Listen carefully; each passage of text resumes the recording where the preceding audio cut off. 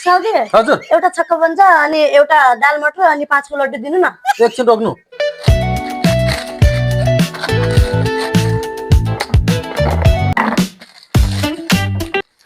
लिनुस्। कति भयो मेरो बिल? तपाईको बिल भयो 10 को छक्का पंजा, 10 को दाल मट, 5 को लड्डू, 1 10 100 1000 10,000 10,105 भयो। ए लिनुस्। यसमा त 35 मात्र छ त। कस्तो हिसाब गर्नुहुन्छ? एकछिन कपी र पेन दिनु न हजुरको। लिनु।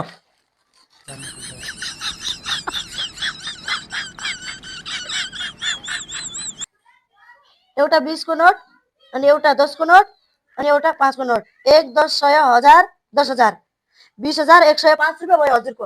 अरु रुपैयाँ दिन्छ दिनु होला। म भन्दा बढी